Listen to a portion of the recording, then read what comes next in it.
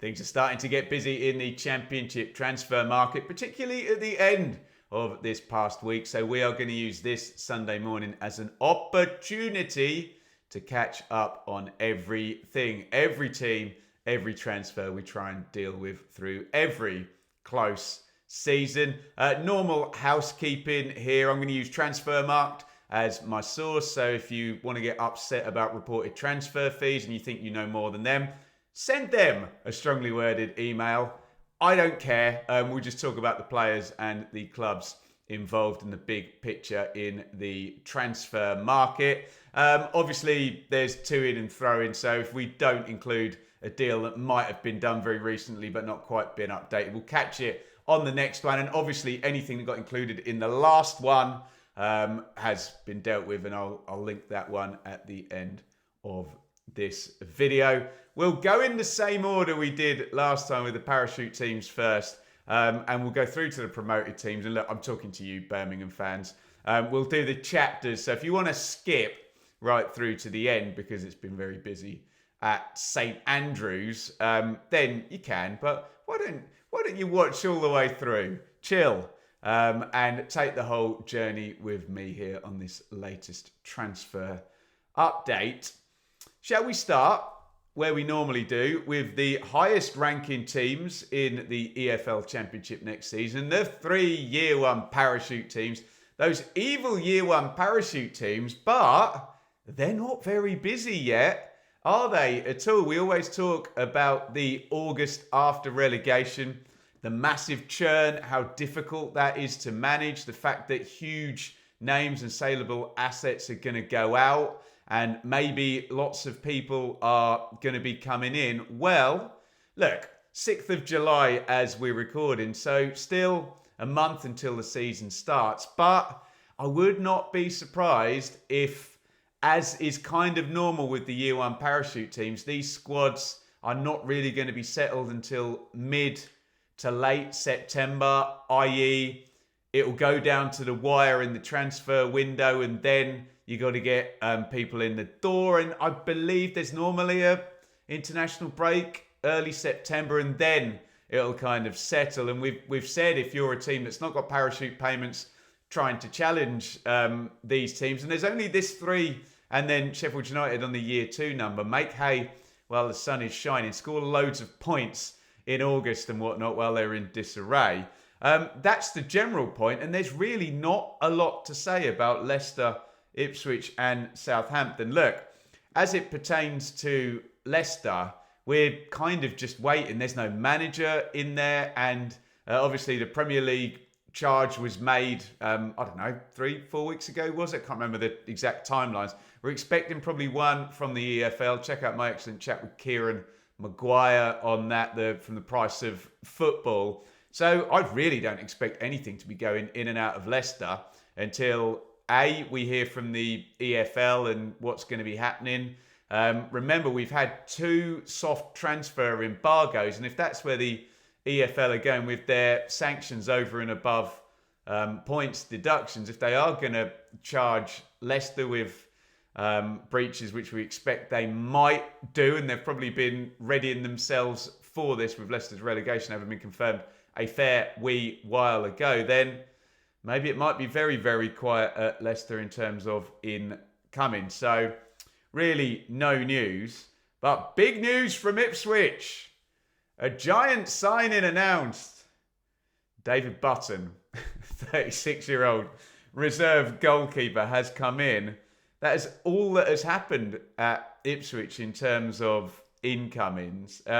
I don't know if it's self-preservation or not, but obviously I'm a member of the wonderful Blue Monday Telegram group where we're starting to get the, oh, well, it's not so bad. No one's come in yet. Our squad's really good. And there's an element of truth there that teams that come down, you can panic a little bit when no signings have happened and other people have been making signings. But remember, ladies and gentlemen, comparison is the thief of joy sometimes, and context is king. And it is also true that, you could probably do very little with these Year 1 parachute squads. Obviously, there's going to be the big sales, and they'll still be very competitive. But Liam Delap has gone. George Hurst has signed a new contract, but can Ipswich keep him on the pitch for 30, 40 games next season? He's had his injury issues, but his goal record has been very, very decent. So you're still waiting for a striker into Ipswich, and a couple of linked names have gone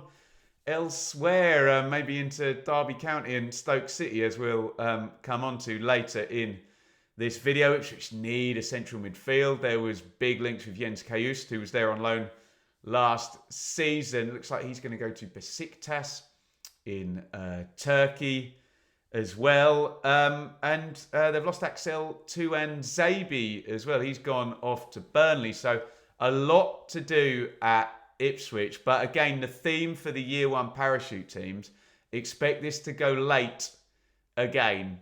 Expect a couple of big outs, probably maybe a couple from Leicester, depending on the situation. Maybe one more, possibly, from Ipswich. I don't know. And Southampton we'll get onto right now, because we have had a big out, which will help with Saints. Last time we did this, we had a few good responses from Saints fans, and PSR position's probably quite good. I know it's hard to keep up with all of this. We spoke about Joshua Kwasi coming in last time. Well, since then, Paul Onachu has gone out to Trabzonspor in Turkey for, we think, the thick end of 5 million quid. And Kameldeen Sulemana has gone to Atalanta. So it looks like they've cashed into the thick end of £20 million. So the position is going to be good for Southampton. Could Sulemana have put 10 goals and 10 assists on the board if he'd stayed like... let's think of a parachute cheeker. Arnaut Danjuma, who came down and stayed the season with Bournemouth and just put the numbers on. And we've seen Georgie Rutter at Leeds do it in recent years. If you can keep one of these cheat codey type players who's been signed in the Premier League and is probably too good for the level, then up and away you go. But yeah, at the moment, all you're seeing from the parachute teams is Ipswich have banked money for Delap. Southampton have banked money for, three there, Sulemana, Amo Amayu and Onuachu. Leicester, again, is a bit of a different matter, but nothing really doing. And I would expect things to be moving later in the window for the 3 year one parachute teams.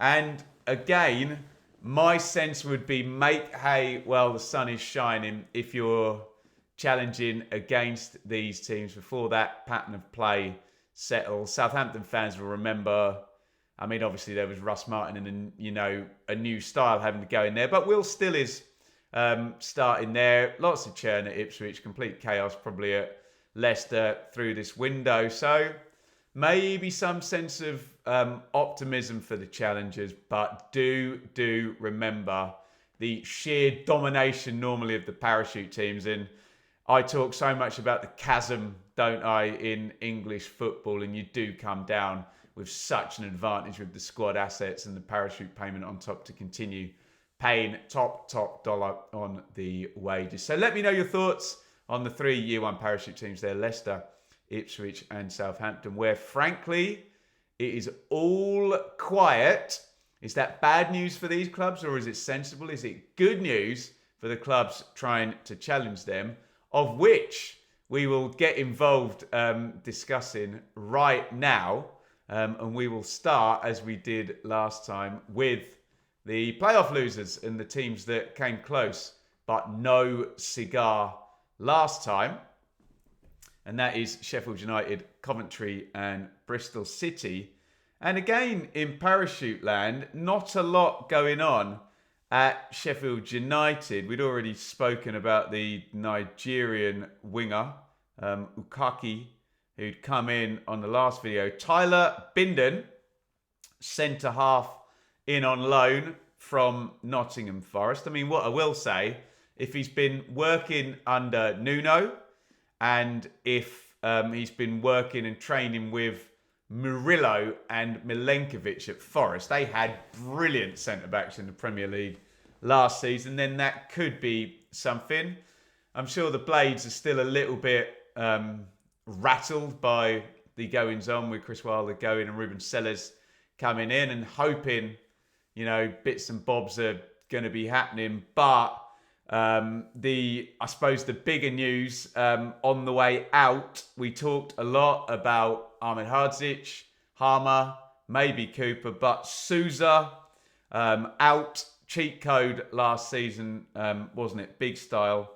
To Wolfsburg, says Transfermarkt, for 15 million euros. I don't know, Blades fans, do you think of that price? Is that just about fair? I don't know what. I'm guessing if that was the price, he probably only had a year left on his deal. I don't know that to be a fact. I'm just speculating because I thought it might have been a little touch higher. But look, you just got a bank, and they managed to keep him for the season. He got them very, very close to promotion, didn't he? Susie, you can say that for all of the lads there, Ahmed Hardzic and Harmer, particularly in the playoff final. Ahmed Hardzic was off the pitch, concussion protocol, wasn't he, when the winning goal went in, and Harmer did his level best to win them that game, but he went off injured. So, out goes the first one. Let me know, Blades fans, are the other two going to follow? Hopefully not for the sake of the United fans.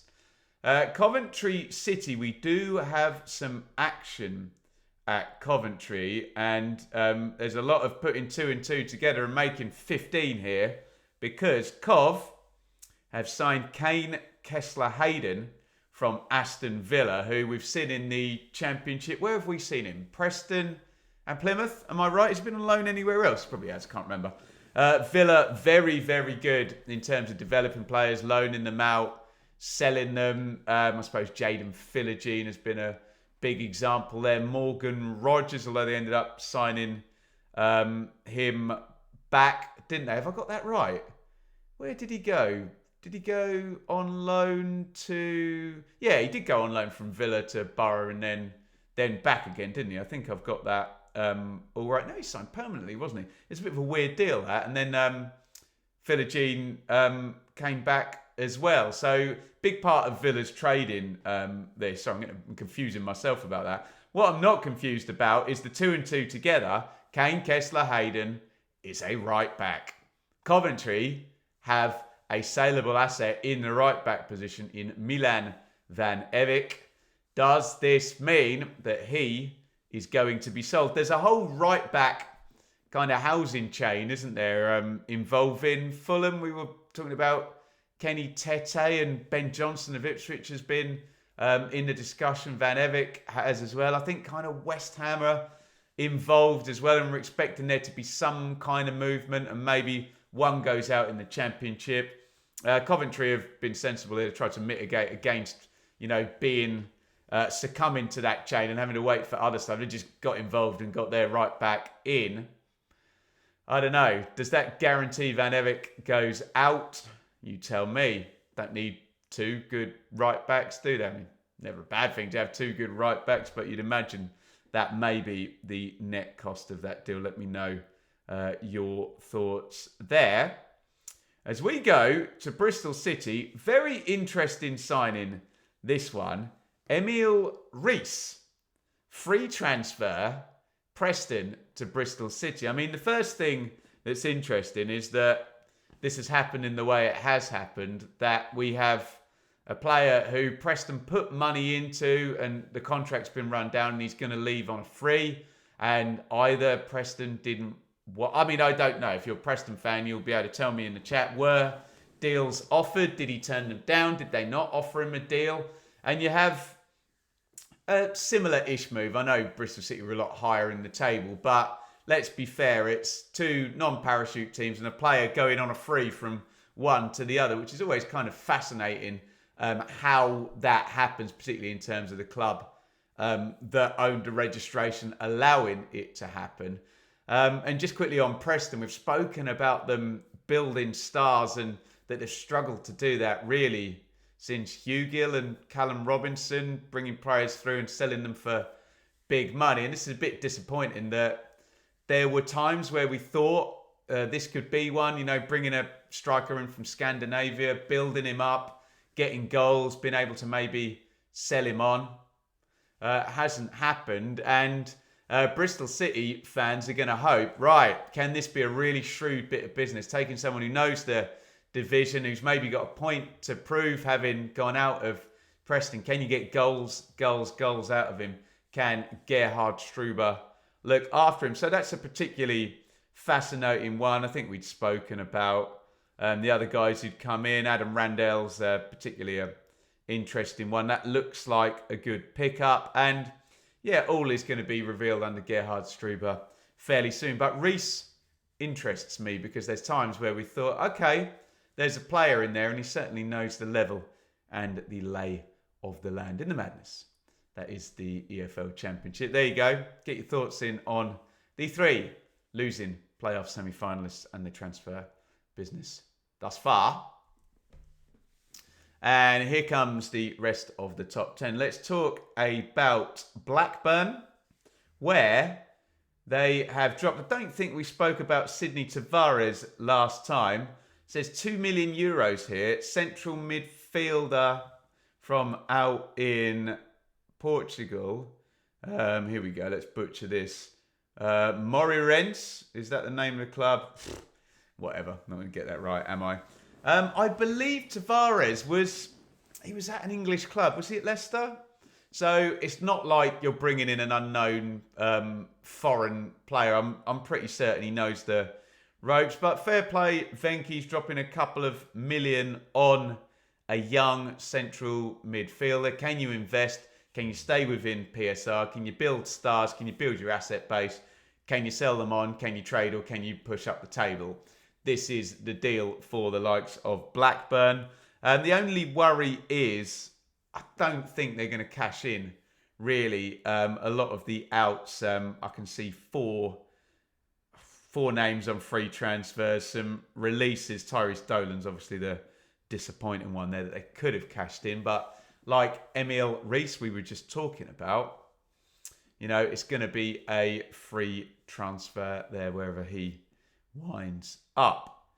Millwall, we do have a big deal, and I'm very interested in your takes on this one because it's Josh Coburn, where Transfermarkt are reporting €6.4 million on Coburn. Don't know, what is that, £5 million? That's just a guess. Someone do the exchange rate for me there. Coburn, 22 years old. So on the one hand, you would say, go on Millwall. I think it's club record as well. You know, they're pushing the boat out there. You're investing a lot of money in a young striker. And also, remember, Ivanovic in there as well. Have they built themselves a very, very saleable, bankable front two there? Can you ride out the season with 2 young strikers like that? I think you can. And look, Coburn's been around for the longest time. So on the one hand, I love the ambition of it, and that's pretty cool. On the other hand, maybe some Millwall fans might say, oh, could we develop these players ourselves? And, you know, we're paying Middlesbrough big money to develop the player. But then again, I don't know how long the contract is.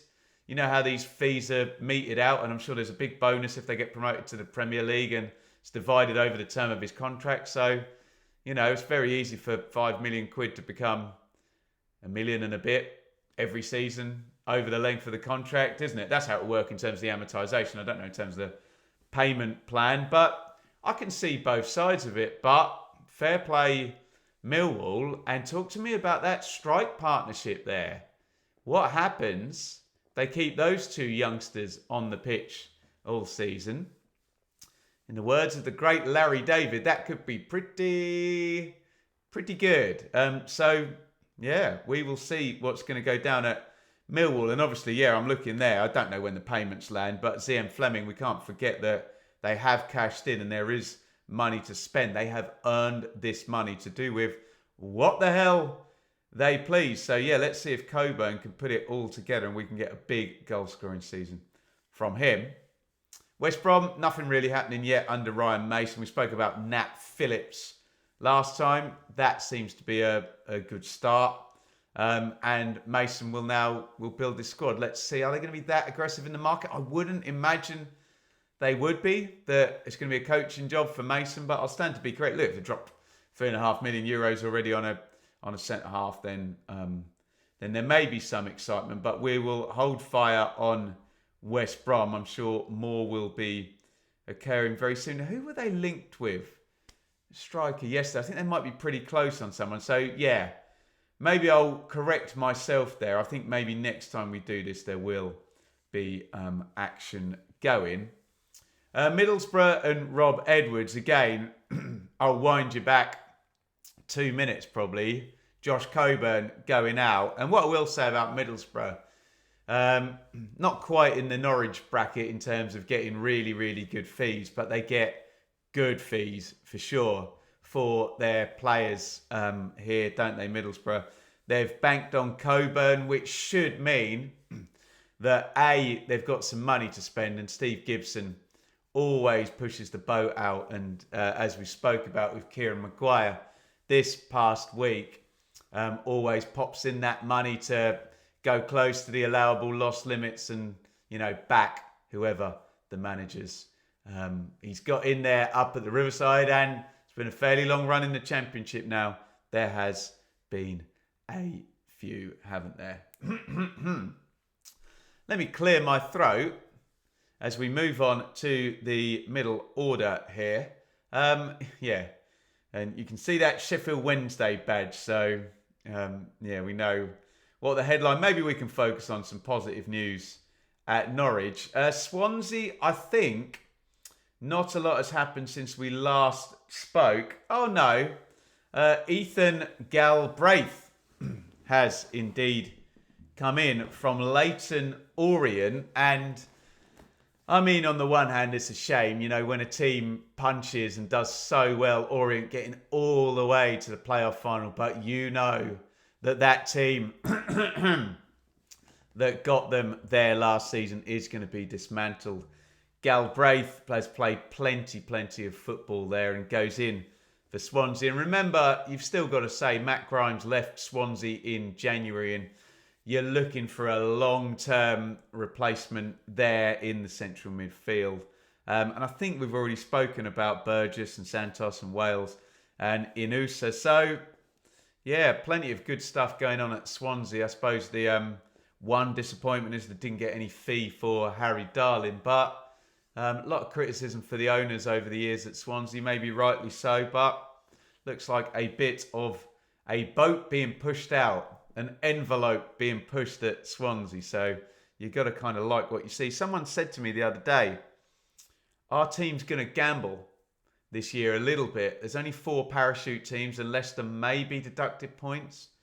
Is that door opening up for a Swansea to have a crack, get in the playoffs? And can you do it? Can you get the lightning in a bottle, have one good season, and wow, you've ended up in the Premier League 12 months later? How about that? Someone could do it, couldn't they?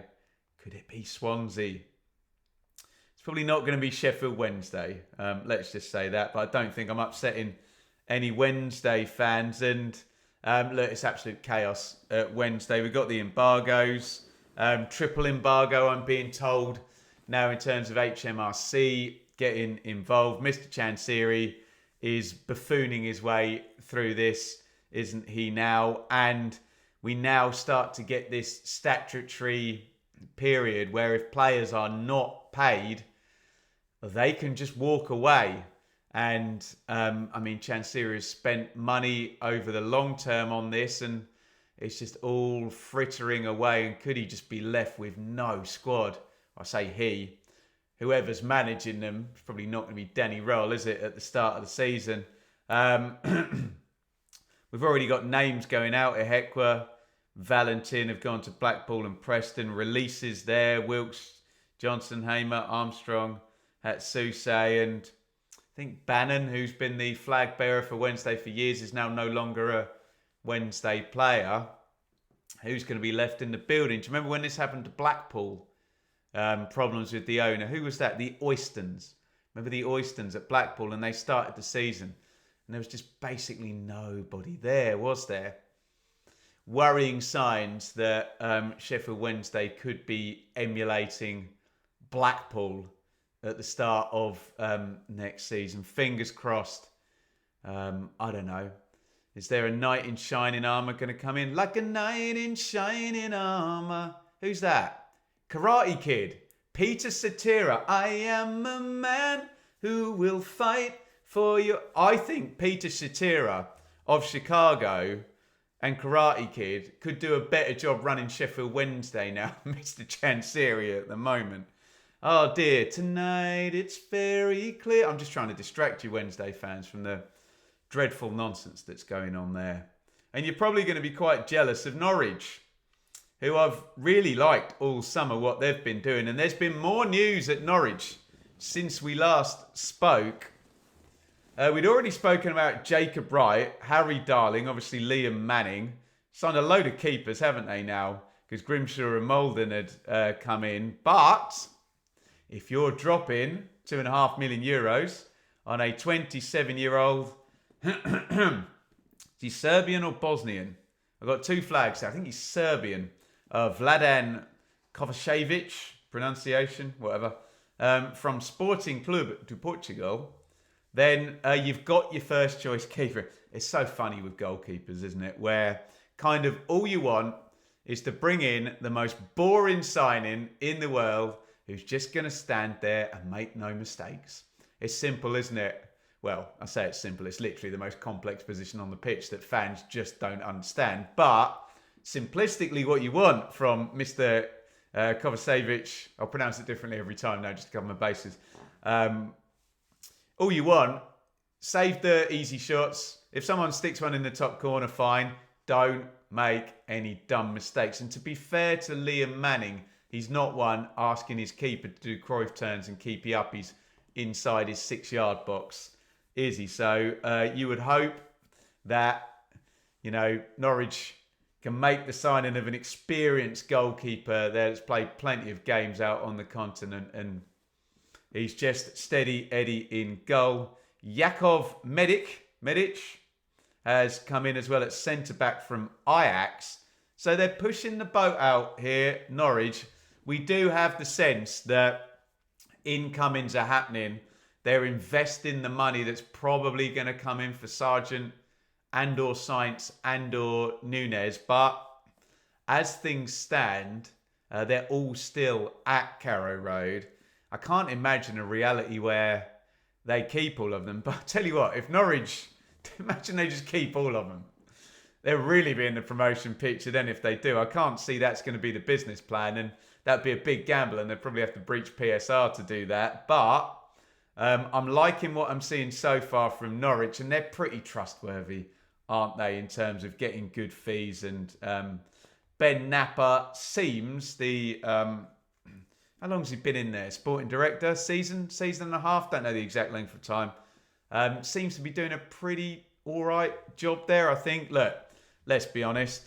People only ever judge it on the league position at the end of it. But what he seems to do seems to be joined up thinking, I know it's very easy to say that before a ball has been kicked. Every signing makes perfect sense and they're all going to be a home run. Spoiler alert, fans of Norwich and every other championship team, not every signing will work out to be absolutely brilliant, but I'm liking what I'm seeing at Norwich. Watford.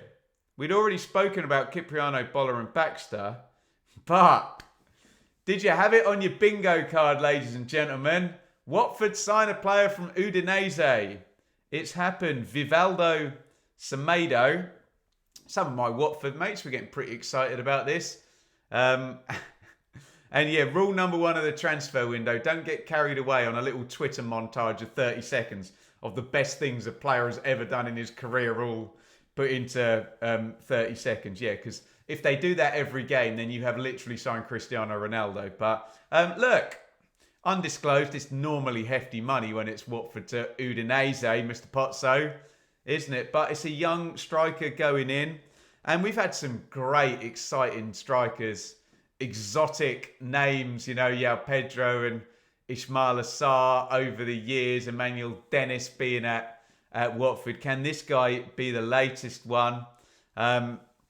And from a boring business point of view, can they sign a 20-year-old striker, get the best out of him, build an asset, and again, I'm broken record here, either push you up the table or be able to, sell and trade against them, their horrible parachute teams over the years. So some optimism at Watford. I know optimism had got very, very low there towards the back end of last season. But this is why we love the close season, isn't it? You sign your Portuguese striker and up, and away you go. You're getting promoted again, aren't you? Brilliant stuff. Right. Is my voice going to hold out for the rest of this video? I blooming well hope so, because we've got to talk about QPR, where I think, speaking of optimism, I'll say the same thing I just said about Watford, about QPR, where they even did like an apology, didn't they, on their social media, the QPR ownership. And it's like, look, we're sorry. The end of last season was really crap, wasn't it? And we know it was. And thank you for sticking with us. And yeah, the manager went on gardening leave and we have a new one in now. And yeah, thank you for not deserting us. And we are going to reward you with one very exciting signing here. But contracts for, who signed a contract? Dunn and Field as well. We already spoke about Dembele. That's good. That's permanent now. Mbenge in from Reading, centre half. Fullback Adamson in from, where does that say? MacArthur Park. Who's left the cake out in the rain? Look that one up, kids. But I love this one. Kwame Poku, hey? There's always a player who tears it up in League One who the majority of championship teams would go, okay, is he worth a go? Can he do what he's doing in League One in the championship? If he does, then go figure, he'll fit in at pretty much any championship club. Can you get goals and assists? An exciting, direct winger, and certainly a golden boy there that would have been on everyone's radar. And he's gone to QPR. It says free transfer here, there. What are you doing, Peterborough? Peterborough go in my bracket of teams like Norwich and Middlesbrough that get great transfer fees. They're the League One example. But no, nothing for Poku. And I expect QPR have got the best end of that deal. And look, there's something there at QPR where you have mercurial players like Stan Bowles and Roy Wegerle and Adel Taarabt. And we've had a few over the years. We're about to talk about one of them who's just signed for Birmingham as well from a few years ago. Ilias Chair. There's something about that club and mercurial, dribbly, exciting players, isn't there? They've had a great history of them. Can Poku be the latest? I like it. I like it a lot. Portsmouth, Adrian Segicic. I think we spoke about this last time. So nothing else yet happening at Pompey. They seem hell-bent on signing Aussie players, though, don't they? That's 2 or 3 over the past couple of seasons. There'll be more going on at Pompey.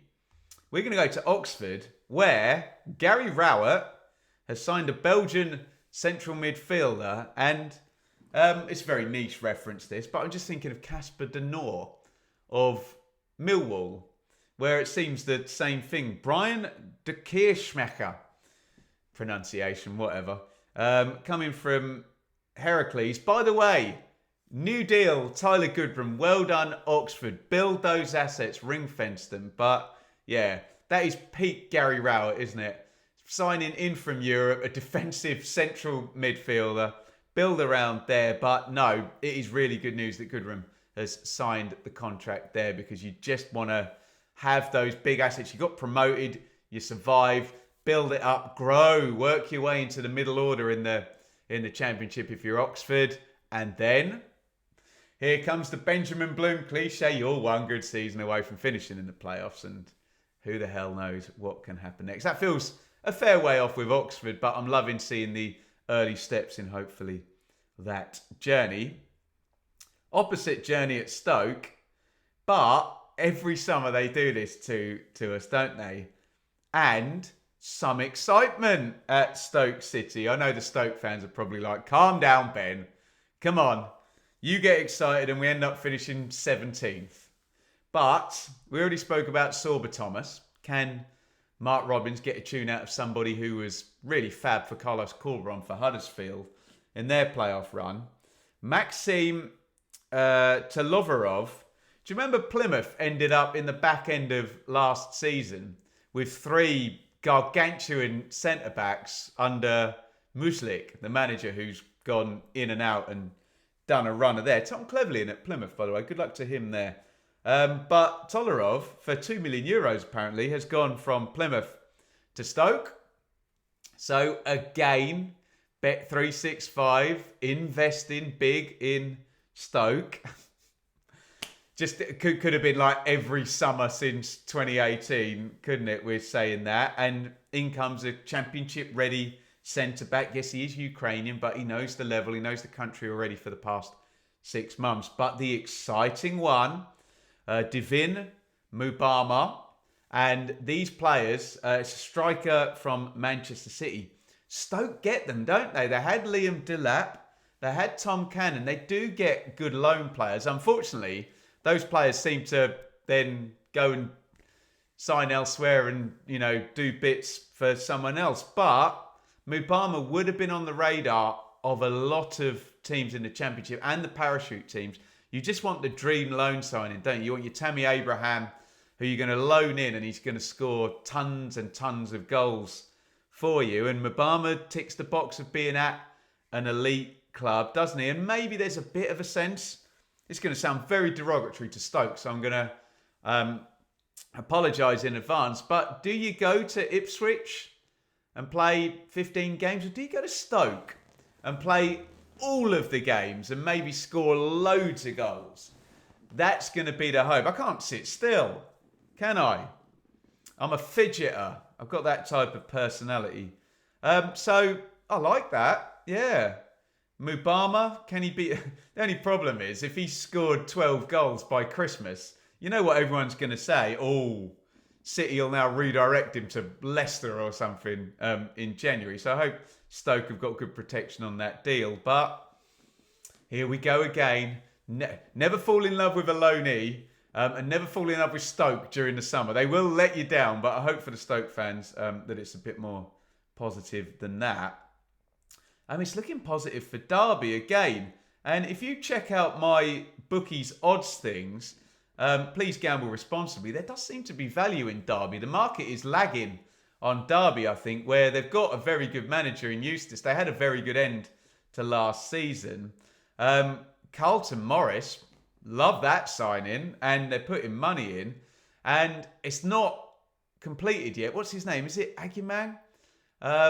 American striker's going to be coming in for big money, we think, for Derby. So this is exciting for Derby. That hasn't confirmed yet. We're in rumour territory. It was like this with Derby last time, wasn't it? Where we were reporting the rumour about Morris. But what we do know in terms of known quantity is John Eustace bloody loves Andy Vyman and Danny Bart, doesn't he? He's taken them both from Blackburn on frees. And I always call them the kind of Ron Atkinson signings. Remember when Ron Atkinson, again, look him up, kids. He had loads of clubs, but he always brought in players he knew from previous clubs, whether he was at Sheffield Wednesday or Villa or where did he end up? Forest.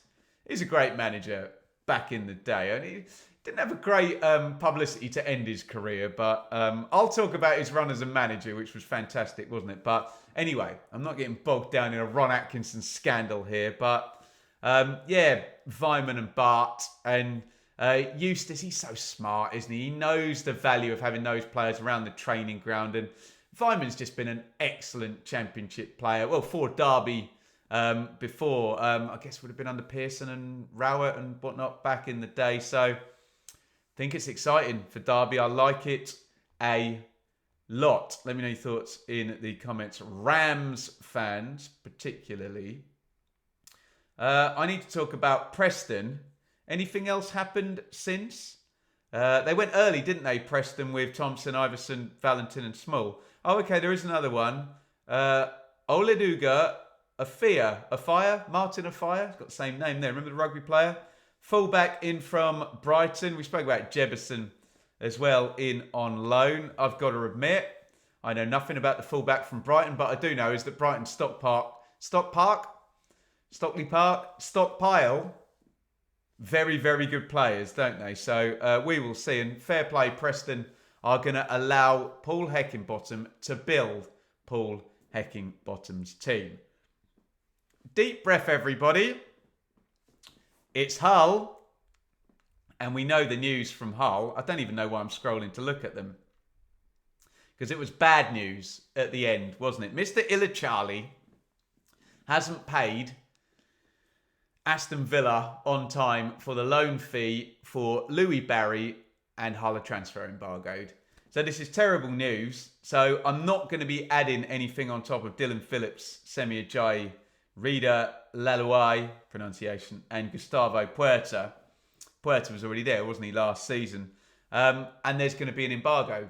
So we don't think, unless Mr. Ilachali is going to go cap in hand with his lawyers and lots of information to say, I'm very, very sorry, EFL. I've gone and paid Aston Villa and I'll never do it again. But does that mean the embargo would get lifted even this window? It's a late payment. You know, this is not the kind of PSR thing where you do good behaviour and you go and play ball and do big doughy eyes and say sorry.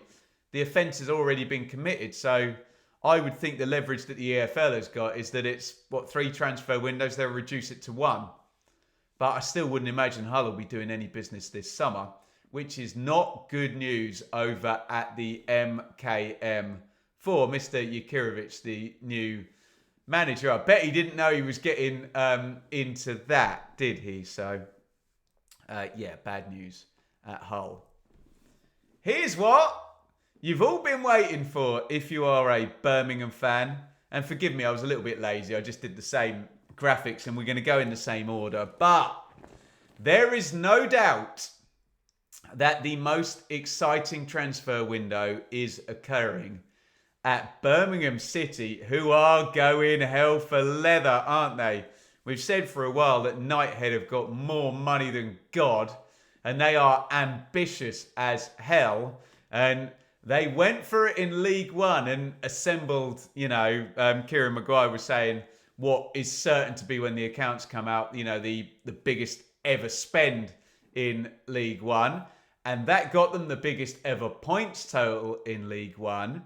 So it's not a bad foundation to be going into the Championship with. And I tell you what, some of these signings are bloody exciting as well for Birmingham.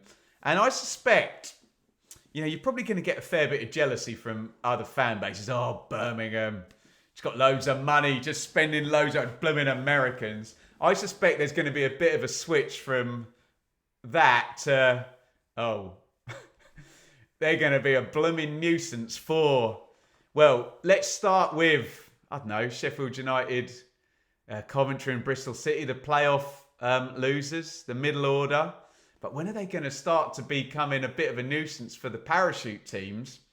Because particularly one of these signings, I suspect all the parachute teams would have liked. And this is very exciting. Where do I start? Let's start with Kyogo Furuhashi. We think this is a big one. It's undisclosed at the moment, but I'm led to believe this guy, Japanese striker, went from Celtic to Stade Rennais. Why have I been talking about Stade Rennais? It was the QPR manager there. Was Julian Stefan there? But did he sign him? I don't know. Someone tell me my timelines.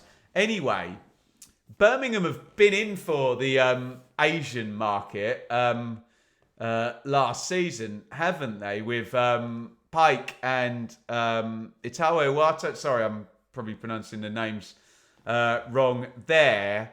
But it's untapped, and Knighthead are clever, aren't they? Because there's the audience there, and in terms of building up your commercials, people will talk about PSR when it comes to Birmingham. But if you're selling loads of shirts and streams over in Asia, it's a nice market to bring in a load more money in terms of your income as well. But this is a bit of a statement, isn't it? He was at Celtic and obviously Stade Rennais, and they're bringing in players as well who are, I'm going to talk about one who's 30, one who's 27 and one who's 29. So we are not talking about Birmingham, a club who's building a 5-year plan. We're talking about a club who wants to get promoted next season, and they're buying players who are bloody well ready to go. And yeah, fair play. I know they've had a dreadful time, the Birmingham fans, but you've got to be enjoying this right now. So Furahashi's been the one, I think that was announced yesterday. Bright Asai Samuel. My God, we were talking about QPR and Stan Bowles and Roy Wegerle and Adel Taarabt, and a player that QPR brought through was Bright, and they had Chair and Willock and Samuel and Wells and Hugill on loan, I think, at one point under Mark Warburton. And where did he go out to? It says Fenerbahce. Has he only just been out there then? I think he went for a fair bit of money, Bright, didn't he? But winger, he's played wing back, I think, as well. But yeah, again, here's your sweet spot. Knows the league already. He's been away, good age, and you're talking about players that Birmingham are signing that in you go, no development required, and can you put out? You tell me, 70 points, 75 points. If you're getting up there to 80. You're going to be very, very close to being promoted, aren't you? That seems to be what Birmingham are aiming for. This is a nice story. It's never ending, these Birmingham signings. Damari Gray, who I remember seeing play. Do you know what else I remember about that game? Ainsley Maitland-Niles was playing for Ipswich. This would have been 10 years ago, probably. 9-10 years ago for Birmingham. He came through, didn't he? And obviously he went off to Leicester, Gray. I think he might have even been a guy there that probably propped up Birmingham a bit in terms of that transfer fee coming in when Trillion were there, and there was points deductions and FFP buffoonery wasn't there under the previous owners. They probably owe him a fair bit, Birmingham, don't they? Because he was the one that they managed to sell and raise some money. And he's back. And it's a lovely story, isn't it? He's been away to Leicester. He's been to Saudi. A lot of people very judgmental about people that go to Saudi. I'm a working class boy from Ipswich. If somebody offers me double my wage for a few years to go out to Saudi, I'm probably going to consider it. So good luck to him. And he's back. I'm sure we'll be getting a nice wage from Birmingham. But again, slot him in, ready to go. Not only does he know the league, he knows the club. He has been here before.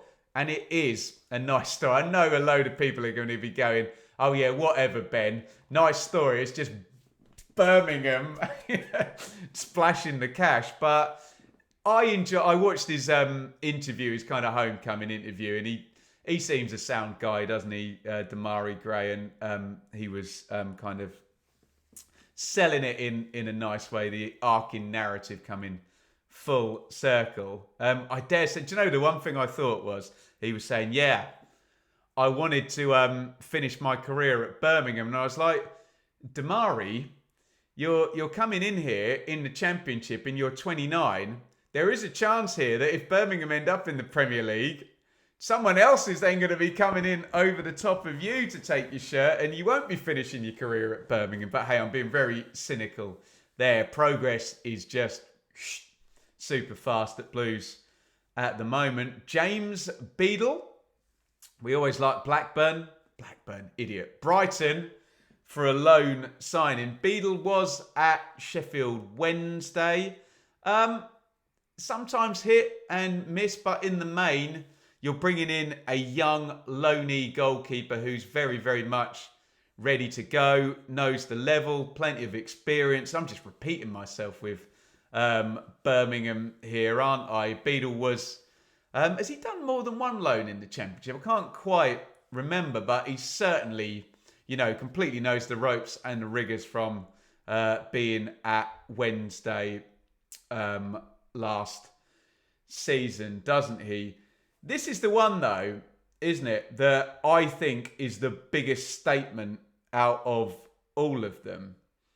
And it is Tommy Doyle, isn't it? Who is and I spoke to Brian and Alex on the Keep Right On podcast about this type of signing, and Amari Hutchinson basically at Ipswich, where you can't sign Amari Hutchinson or Tommy Doyle if you're in the Championship because you'll bust PSR. You cannot do that deal.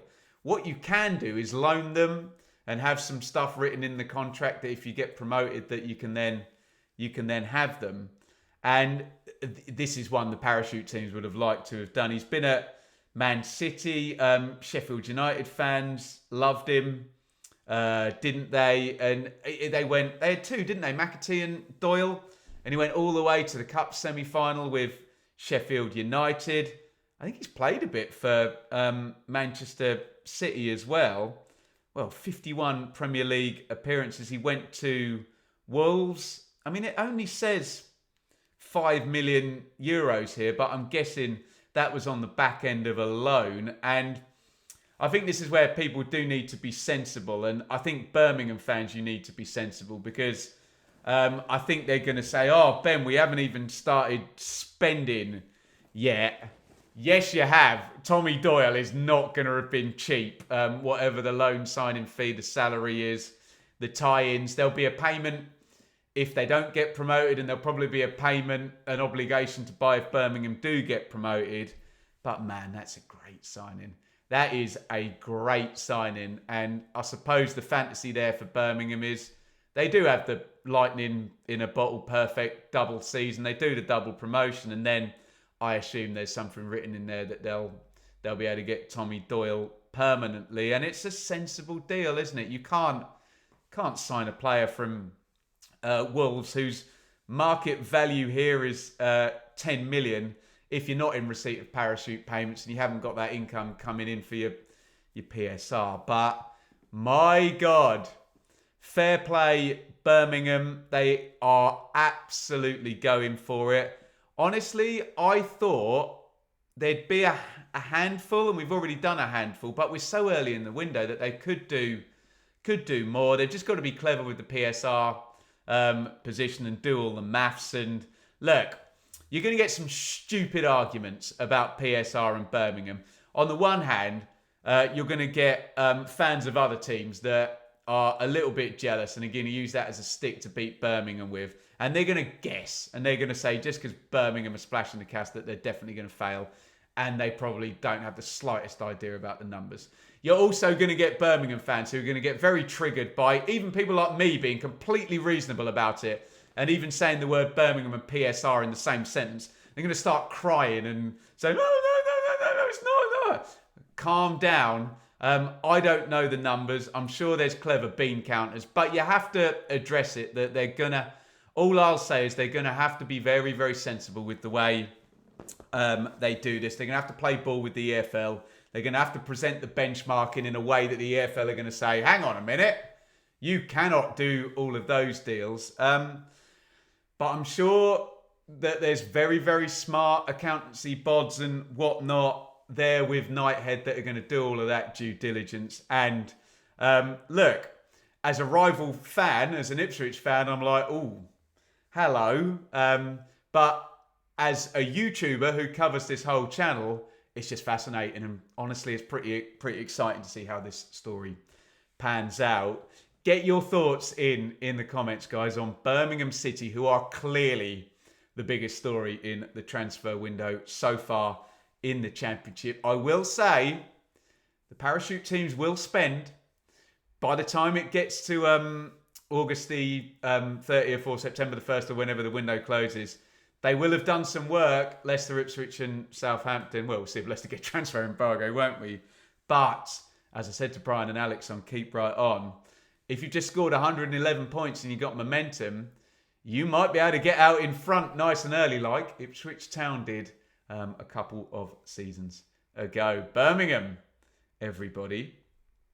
Wrexham, I mean, we spoke about Ryan Hardy last time, didn't we? Danny Ward in. That's smart, isn't it? And we always like it when the Welsh clubs sign the Welsh players who've been around and about and had good careers and kind of like this homecoming type thing there. I suspect more to come from Wrexham in the window, but I really do like Hardy. I think that's a great signing there. And Charlton Athletic. Nathan Jones is doing the John Eustace trick of signing players he already knows. Amari Bell, who's a really useful player because I've seen him at Luton. I don't particularly like him in a centre-back pairing in a two, but he's been a very good left-sided centre-back, hasn't he? Or a left-back, or maybe not a wing-back, but yeah, left-sided centre-back in a free. He knows what he's doing in the Championship. Bell, he's been promoted out of it before. Thomas Kaminski. That's a good signing for Charlton, isn't it? How about that? I mean, we always have these conversations about keepers. And I've got to admit, they do lack credibility a little bit because it's quite funny from my point of view. I'm not having a pop at football fans. I'm not calling you all buffoons, but you ask fans of a division who's the best keeper in the league, and literally 75-80% of fans in the team think that the keeper that plays for their team is the best keeper in the league. It's just one of those positions where it's so hard to judge. But we've had these conversations before about Championship keepers, and Tommy Kaminski has been up there in the chat, hasn't he? He's a good keeper, and he's been around and about the place. And I think it's a great signing, actually. Tanto Alofe, pronunciation. This always happens, doesn't it? That teams that meet in the playoffs, to be fair, Charlton and Stockport didn't meet in the playoffs, didn't they? Stockport lost to Orient and then Charlton beat Orient in the final, having beaten Wickham. But you always get the winner of the playoffs takes a player from a team that's just lost in the playoffs. And that's the case there going out of Stockport. Don't worry about Stockport. They're nicely funded and very stable. And would anybody be surprised if next summer we're doing Championship transfer updates and we're talking about who Stockport have signed? But this is not their time, it's Charlton's time. And I don't mind this. We talked about Carey as well. Some people will say, Ben, they've taken 2 players from a team that's been relegated and 2 players from League One. But I think Nathan Jones, as I said before, is a difference maker, and he can gel that into a squad that can be very horrible to play against and very competitive in the EFL Championship. Bang! We did it. My voice has held out on not very, very much sleep. We will do plenty of clips out of that and we'll get the full video up ASAP. But plenty going down in the Championship. Get your thoughts in. I mean, Birmingham's the big one. They have pushed the boat out. The parachute teams haven't done a lot yet. There's some excitement at certain places. Maybe we'll do a little clip of those bits and bobs. But yeah, that is my take on the transfer window so far. Get involved in the comments. This is a place to talk football. I know football fans get emotional and tribal, but let's keep it calm. Let's have a nice chat in the comments. Full transparency, I did something the other day. I went into my YouTube settings and you can't block people on YouTube. You can only hide user from channel, which kind of shadow bans them and stops their comment. I think you can still type the comments and the comments can still come up. But I did my close season. Anyone who was hidden from the channel has been unhidden. So you're back.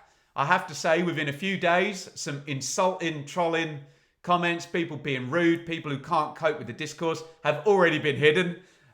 So that's just, you can say what you like about that. That's just what I will do. If you're rude to me, if you can't discuss ideas and opinions with other fans without being rude and insulting, I will just block you. I'm lucky enough that we're coming up to 50,000 subscribers. I don't need dickheads in the comments. Sounds arrogant. I don't need you. The channel's built to a nice point. So this is my point. Let's just discuss calmly, discuss the football. I know people have difficulty and I'm on your side if you do have trouble with your emotions in controlling them. I want to help, but just try your best in the comments. This is me trying to help. If you're a wanker in the comments, you will be hidden from the channel and your comments aren't going to show up to anybody. And people seem to think that that's weedy of us YouTubers. Look, if I could block you and it says you are blocked, you're not wanted here, I would do that, but I can't do that on YouTube. But anyway, it's been a bit of a rant about trolling to take us up the hour, but that is where we are in YouTube land. Get your comments in on this latest transfer update. And Birmingham pushing the boat out.